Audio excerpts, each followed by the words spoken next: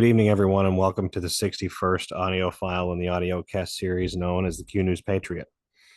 I'm the Q News Patriot. My name is SGAnon. It is so good and wonderfully exciting to be back with all of you at a time where things are beginning to accelerate to a point where we're getting the attention now of the mass population at large. It's really a beautiful thing to see.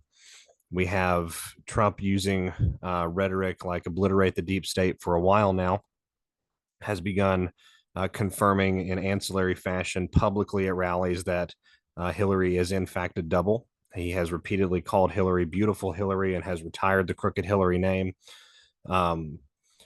We have crooked Joe Biden now being shown out as a bribed, treasonous, incompetent hunk as we sleepwalk the mass population consciousness into the optic of World War III and the end of civilization, right? This concept of a near-death civilization event that everyone needs to appreciate, I think, for what it is from where they're at. We're sort of preparing and well along in that process with things like the disclosure with directed energy weapons coming from platforms like the Sean Ryan podcast. We have Tucker Carlson having very well-respected individuals on his program, and other individuals who have extremely pertinent and fascinating stories about politically powerful and influential people in our society. We have a number of different avenues that are showcasing to the world the things that the awakened community has known for a while now. The vast swaths, the vast storehouses of corruption, the self-interest, the gamesmanship, the gloatsmanship, the unfettered greed, the absolute sloppiness of it all. Recently, we saw the optics prepared with that with Chuck Schumer, the redefinition or the suspending, I forget what the terminology was, of the Senate dress code.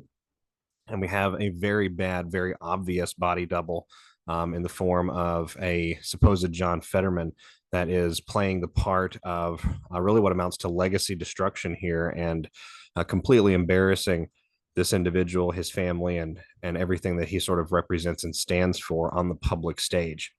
And these are just a small swath of examples we've taken from an information war that is now exploding.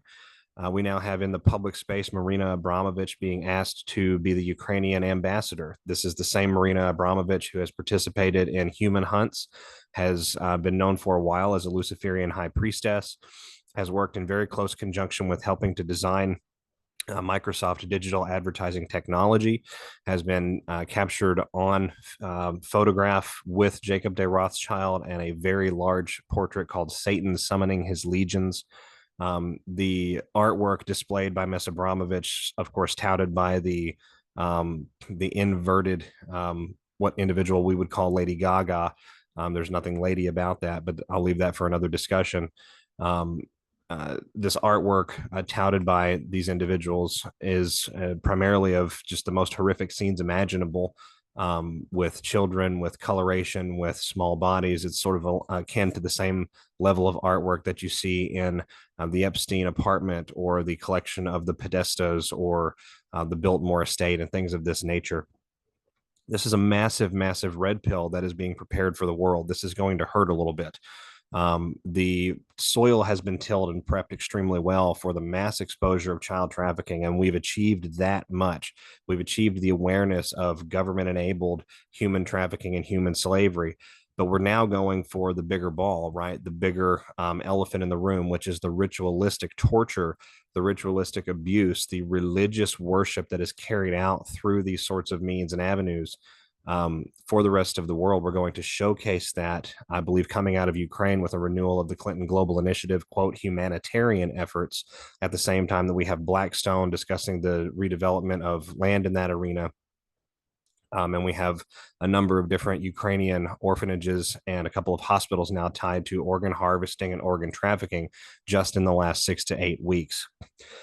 So speaking of Ukraine, you know, and I know that that's a lot to digest, but appreciate the optics of where we're at and what's happening, right? Appreciate the process of what's occurring in the world right now. We are not only shifting the geopolitical dynamics in these areas, but we are showcasing to the normies the exact truth that the awakened patriot and Anon community has been screaming from the rooftops for a long time, and with much greater voices and a much greater volume of sound throughout the Trump presidency, and then post-election 2020, when a great deal of the population woke up to the fact that this was, quite frankly, a bunch of hokey baloney and that something else must have been afoot. We are increasing the exposure, the acceptance of, the normalization of the realizations that the awake community has had for a long time, and that is that the level of corruption and evil on display in the world is much, much larger than many of us out there have ever thought possible. And NATO is aware of this, and the NATO nations are aware of this exposure at the information scale, and they're also being kinetically drained and attritioned out, and they know that too. And they're now beginning to turn on one another and take preparatory measures for what I believe to be coming a defensive invasion, what will be touted as a defensive invasion of the western portion of Ukraine, which will kick off a direct conflict between Russia, Ukraine, and the NATO bloc. Ukraine will be caught in the middle, as Kiev is the primary target of both operations in that initial phase. Kiev being the headquarters of a great deal of biological terrorism and biopharmaceutical research that is off book and funded by dark money from around the world, and a very large intersection and junction for research personnel and equipment that goes elsewhere and comes from elsewhere and then enters into the Western European nations vis-a-vis that route. And then, of course, from Western Europe into the United States of America, or into Central America and through the United States that way. This is going to be a serious event that I think we have coming. It looks like it's going to be primarily from the Polish military. We have the rhetoric and the kinetic action being ratcheted up between Poland and Ukraine. We also have the same going on with Ukraine and Romania. We have what appear to be inflammatory or incendiary placements of military equipment and sort of violations of territory without anything significant that are being traced back to the Ukrainian regime, the Kiev Western Central Bank-backed regime, in both nation states. And we also have Belarus fortifying the western border in preparation for what they feel to be, or what would appear that they feel to be, Polish involvement or NATO involvement coming from the Polish side, which could threaten the territorial integrity of their state. So this is not to dissuade or discourage anyone. It is to highlight that before this process is over, we have to return lawful ownership and lawful management to we the people factions in the different areas of the world that have been most recently and most categorically wronged, and the ones who have had most generational wronging. So when we look at things like the Chinese and the Chinese dynasties and the Chinese mainland, or we look at things like what Mother Russia is and what the Slavic nations have always been of old, or when we look at things like the African nations and who has always had control, at least for the last several hundred years, of the African populations and the African continent and the tribal regions, we come to realize that the individuals who should be in power in those lands, who are the inheritors and the rightful owners of those lands, have not had that say for a very, very long time.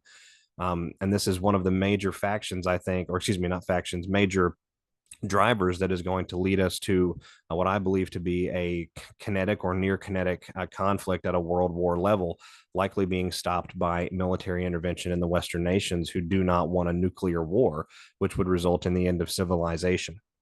And we know that there's that there's a military involvement in these nations as well, because we see these nations, Germany, France, the United States, the United Kingdom, Spain, etc., not only in the skies over the United States of America on any given day, but also over Canada, over Mexico, over Australia, over the Philippine Islands, over the Indonesian area, and over New Zealand. And so these, of course, are major junctions of what was formerly the Five Eyes intelligence community, what is being shown to the world as having always been the Five Eyes community. And it makes a lot of sense that we would have coalition operations heavy in these areas of the world, even as we prep, this catastrophic event, this optically catastrophic event from both sides of things at the surface level of consciousness. That's also coming to the Pacific, and we've talked about this a couple of times already. But the kickoff of this conflict in the Pacific theater will become a sort of a hammerfall against the U.S. market-based system, primarily first coming through the Japanese intersection with the U.S. market, and then the U.S. financial markets themselves. Now, again, I'm not a financial advisor, But when you look at the interconnectivity and the economic reliance, when you look at the dependence from one side to another, and you sort of see the vicious cycle relationship that both sides of the manipulated deep state apparatuses in each of our nations throughout the Asiatic theater and also over in North America, you begin to realize that you can't collapse one side without collapsing the other, and that I think is a very sensitive and concerning time. I think that's a major reason that Chinese President Xi in recent weeks has replaced more than 200 personnel belonging to the Rocket Force Division of the PLA, including his Secretary of Defense and several top commanders. So this would appear to be the same sort of preservation of government operation happening, or a reclamation of government operation, perhaps better stated, in the Chinese space. That seems to be very similar in its function as the preservation of government operation or resuscitation operation going on for the Republic of the United States of America. The continuity of government operation and the military alliance that we know has been formed around the world and that we have considerable evidence for is a major portion of keeping things stabilized and controlled, going through what amounts to a purposeful demolition of a system that we are all still a part of. But it is not without its difficulties still, and it is not without the need to draw people out into the light. Very recently, I put out a post on TruthSocial discussing sabotage and how saboteurs are drawn out into the light, and how the only way to truly guarantee that is to design a trap or to design a process or an event or a circumstance specifically for the express purpose of it being sabotaged. In other words, you want it to be sabotaged. This is espionage warfare, right? You have to force the individuals out into the light. They don't come willingly. They know that you're trying to force them out into the light. You must play the chess game better than them. It truly is for keeps. Excuse me. And we are playing the chess game better than them. We are awakening the rest of the world as we continue to press forward in very successful military operations all around the world. We're witnessing a number of coups again beginning to kick off in the African space. And there's a number of things going on in Africa that I believe are being headed by the Russian military at the behest of one dead Yevgeny Prighozin. A photo surfaced online on a forum just a couple of weeks ago discussing an individual that was in one of the African nations, I believe it was Nigeria, who looked dead up like the former leader of the Wagner Group, Yevgeny Prighozin. And this sort of individual, very experienced in these ideas of irregular warfare and espionage, because we know that the coup, if you will, or the rebellion that was led by Yevgeny Prighozin for a matter of, I believe, 3 to 4 days, the shortest lived rebellion, I believe, in history, was primarily a counterintelligence operation to move Wagner assets around the game board in Europe, and also to highlight domestic asset traders at the government, minister, and law enforcement level within the Russian Federation, which the FSB has now been hard at work at for a number of months cleaning up.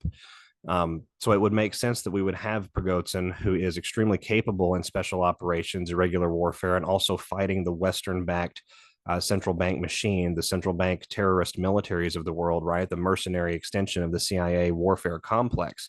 This is the guy that you would want training forces, and you would want his sort of take on things. And the relationship with Russia that's being formed with a lot of the African nations in real time can be traced really back to a lot of goodwill that goes back several hundred years. I don't have the time today to get into the history, but it's fascinating to look at the involvement of the czars on the African subcontinent, both for good and for ill, over the last 500 years.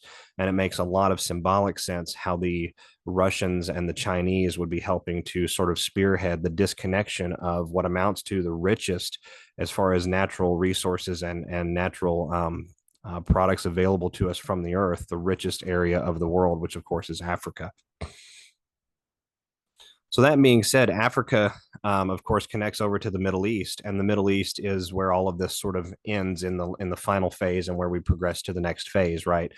And this goes back in a number of different prophecies. This can be, found in various holy books throughout the years and throughout the centuries.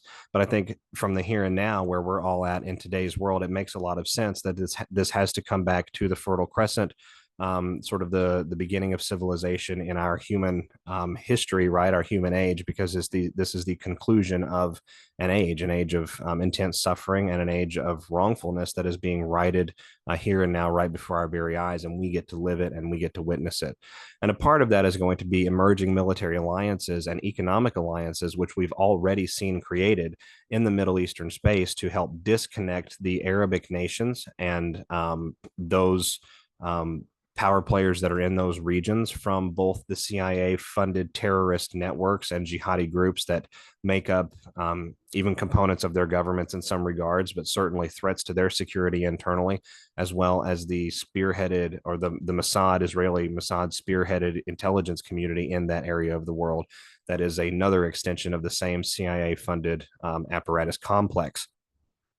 And we're witnessing this disconnection very delicately taken care of, and with sort of not a lot of pomp and circumstance and not a lot of discussion.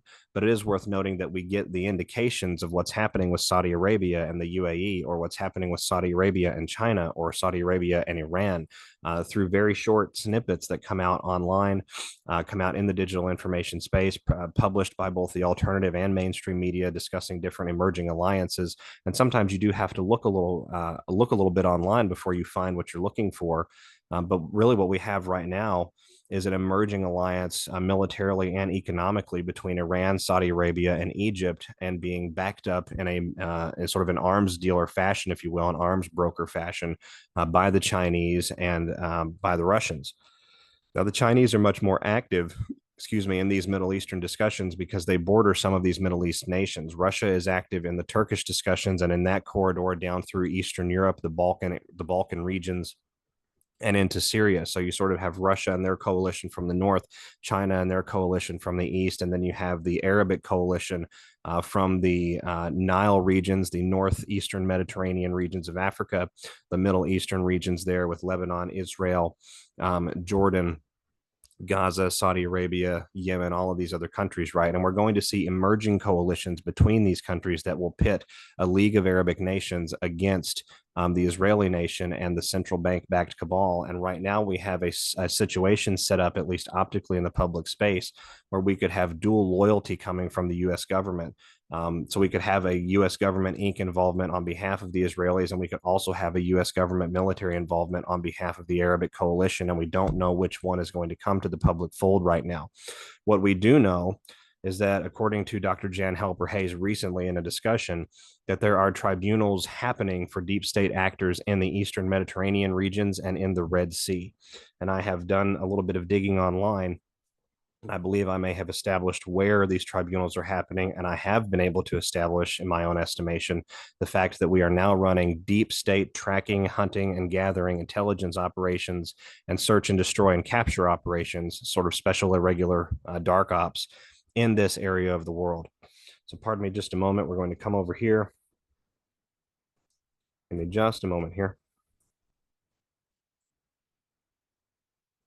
All right, taken from usni.org news. These are the approximate positions of the U.S. Navy's deployed carrier strike groups and amphibious ready groups. We have an amphibious ready group spearheaded by the U.S. Marine Corps' USS Bataan amphibious assault craft. Excuse me. Currently, as of September the 17th, at anchor in the Red Sea, emerging on September the 17th of 2023 from U.S. Fleet Forces Command, a press release issued by the U.S. Navy that the USS Bataan hosts distinguished visitors from Saudi Arabia at sea.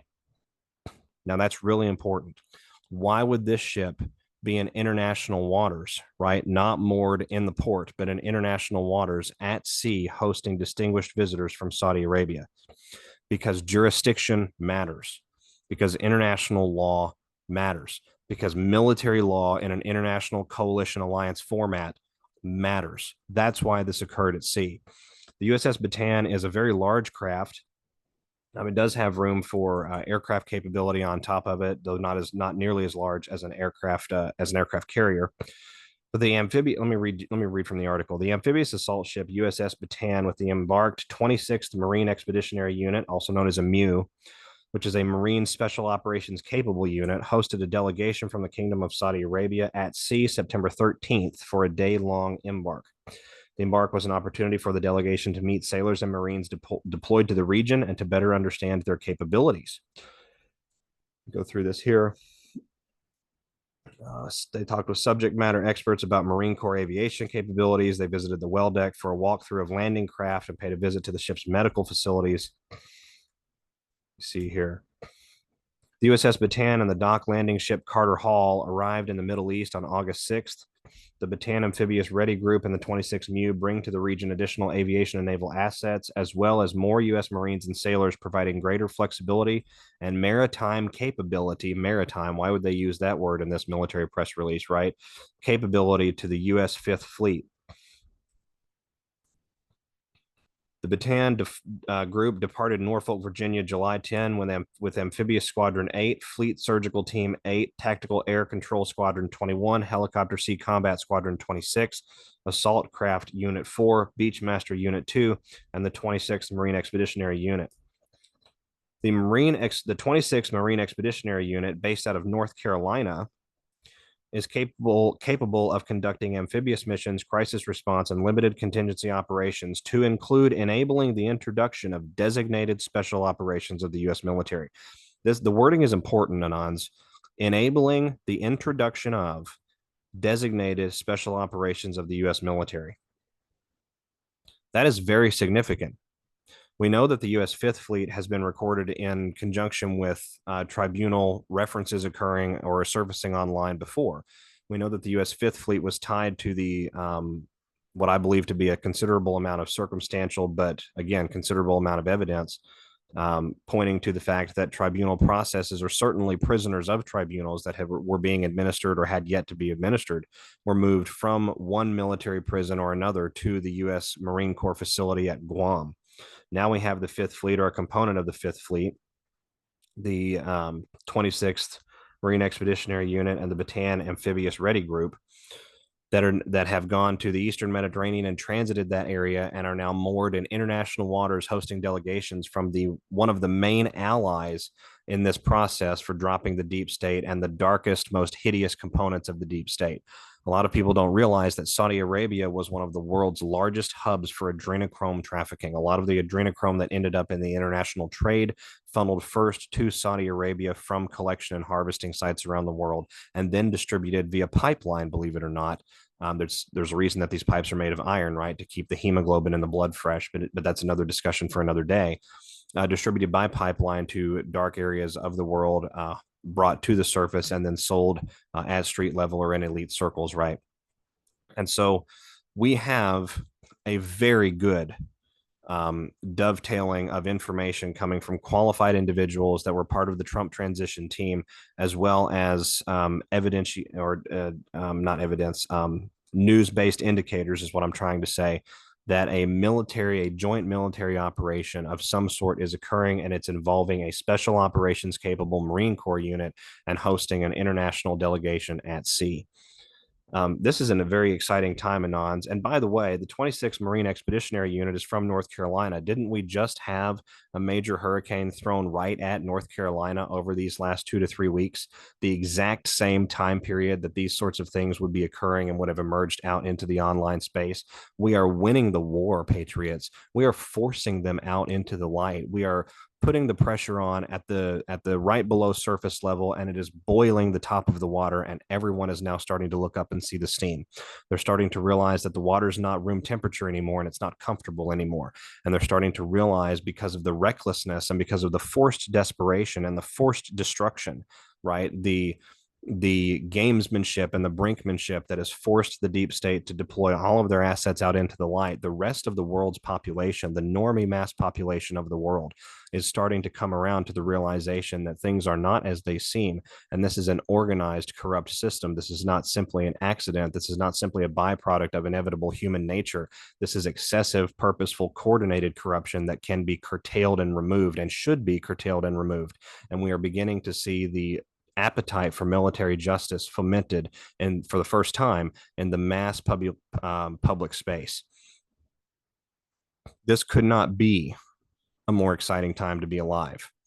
The Trump trials on the horizon in the future will be historic events for our nation as we show to the world how and where and who and with what avenues and with what NGOs and 501 networks and communications pathways and mule setups and various ballot harvesting and ballot distribution infrastructure. We will show the world in court, in public record, hard evidence of how these individuals have manipulated not only our United States elections, but how they have most likely manipulated all elections in all nations that use any of the same technology, which will be highlighted in the Trump trials of 2024 to the rest of the world.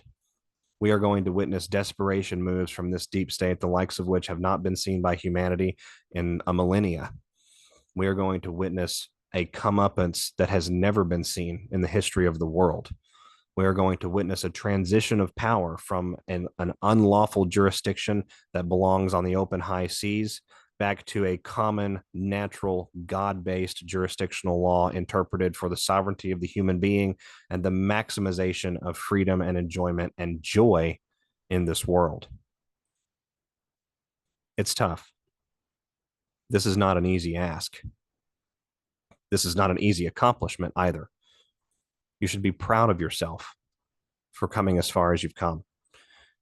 You should find courage and hardship in the fact that you're now beginning to see, I think many of you, at least according to emails that I've gotten from many of you out there, that you are starting to see colleagues and friends turning for the first time. You're starting to get those calls from family members.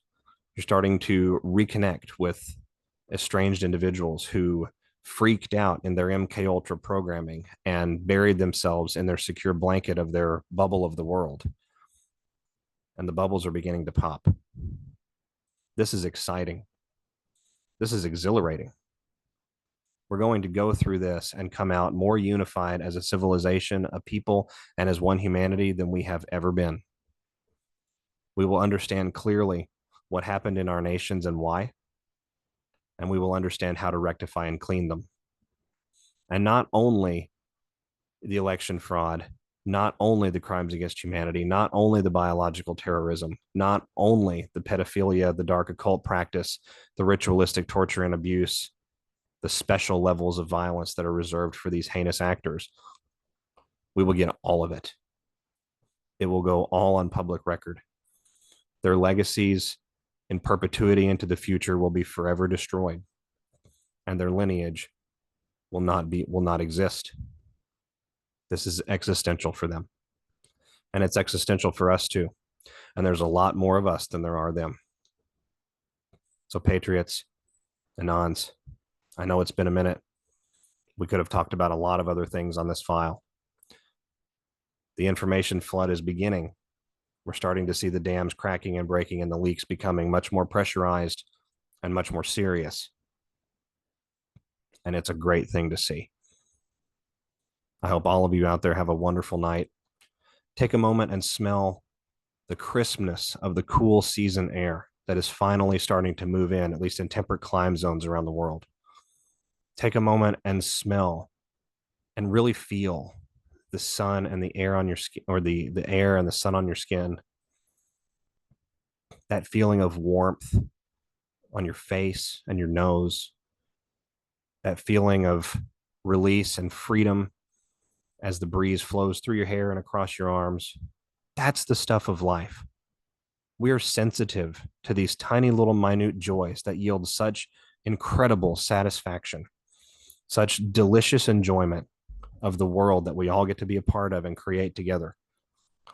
And the childlike excitement and drive that many of the awakened patriots and Anon communities out there have finally found again, realizing that the world can be and is being changed. They can't do that, but we can. And it's beautiful. This is SGAnon. I'll be back with you again soon, Patriots. Stay safe. Thanks. Bye-bye.